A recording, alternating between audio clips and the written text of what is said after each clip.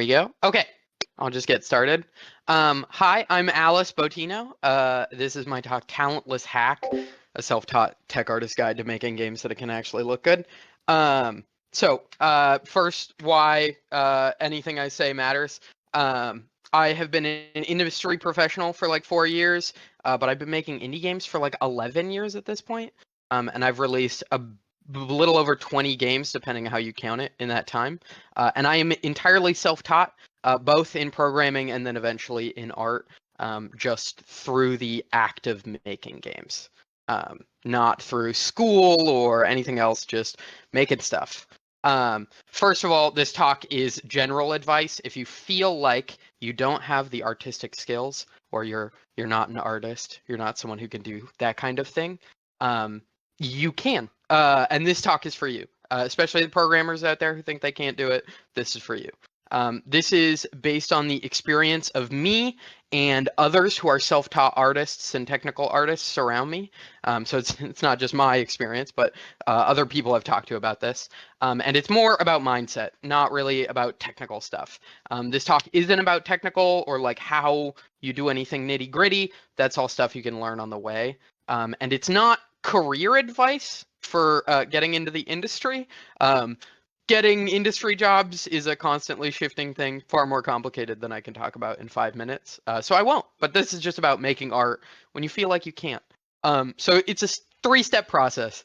Step 1 is make whatever you can. Whatever you can do right now, even if it's spawning cubes in Unity and putting material on them, if that's the only thing you can do, just do it. You don't need any skills other than what you have right now. You can do it. Just make what you have the ability to. I've made multiple games just with the Unity cube, and some of them I remember very fondly, which is awesome.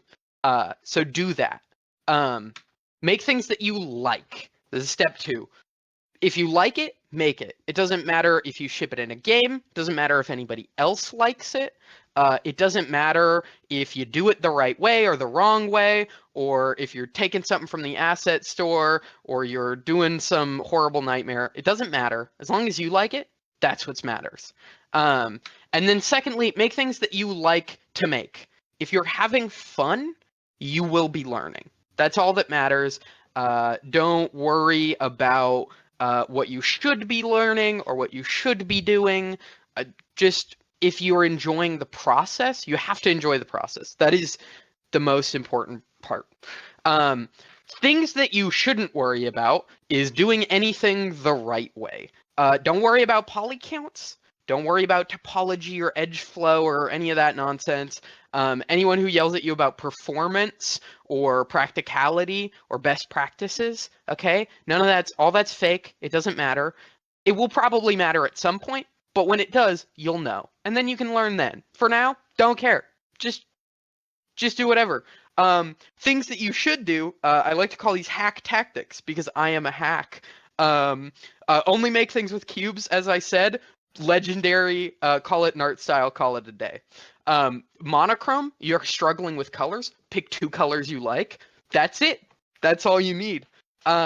Rendering things at low resolution is a great hack. If you're only using cubes or your 3D modeling is bad, easy solution.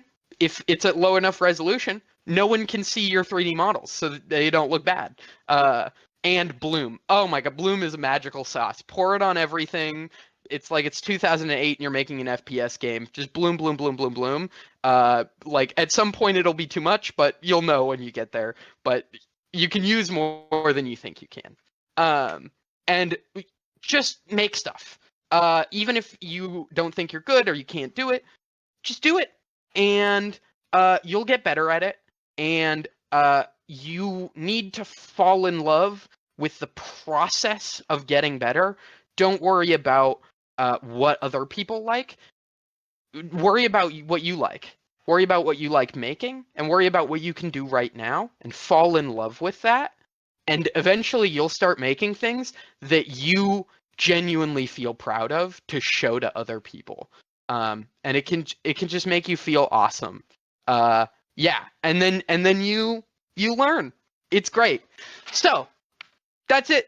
That's what I got. Thanks for your time. And if anyone has any questions, I'd love to go over them. Let's see. Programmer doesn't know much about art? Yes. Chloe, yes. It's okay. You don't have to know anything. Just like stuff and make it, and that's all that matters. Um, this is for me for sure.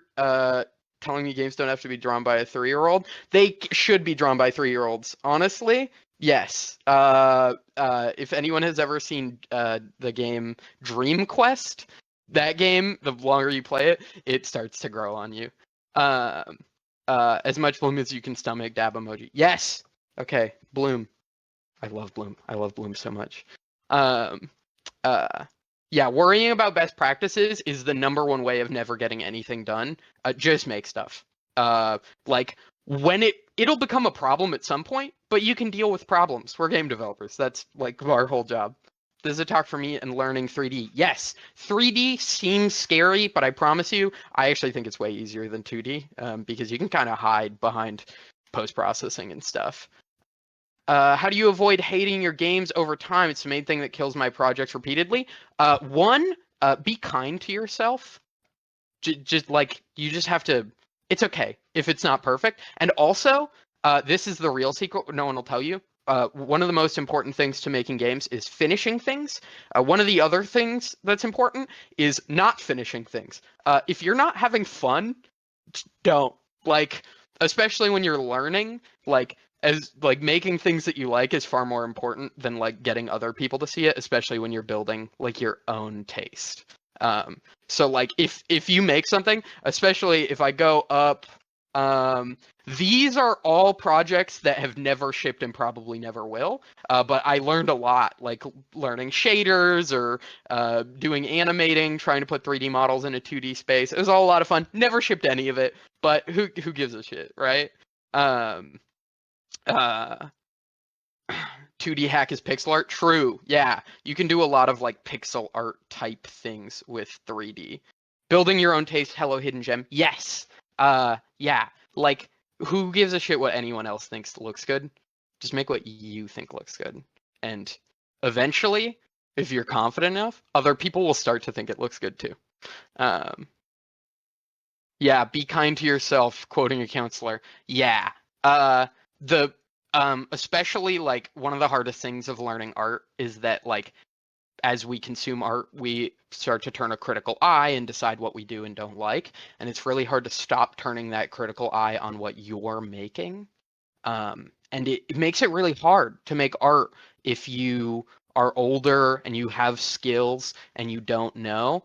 Um, and it's just like you just got to learn to be kind. And like the things you make aren't going to be perfect.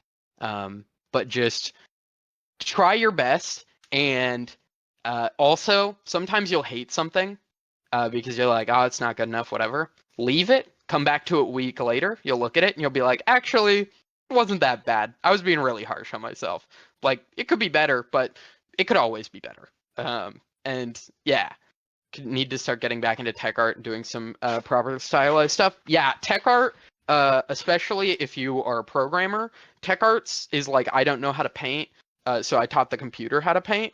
That's what I do. That's actually my day job is I don't know how to paint, so I just make the computer do it for me. But it's a lot of fun, and you can make art that way, and it's so fun. 30 seconds. Okay, last minute questions. If anybody has anything. What are your thoughts on AI generated art? AI that makes things easier to make for people is always cool, but if you are prompting a computer to make something and then you just like that thing, you are not a creator, you're a consumer. Which isn't bad, but it doesn't make you an artist. I like things made by people. So make things because I think people make cool things. Yeah.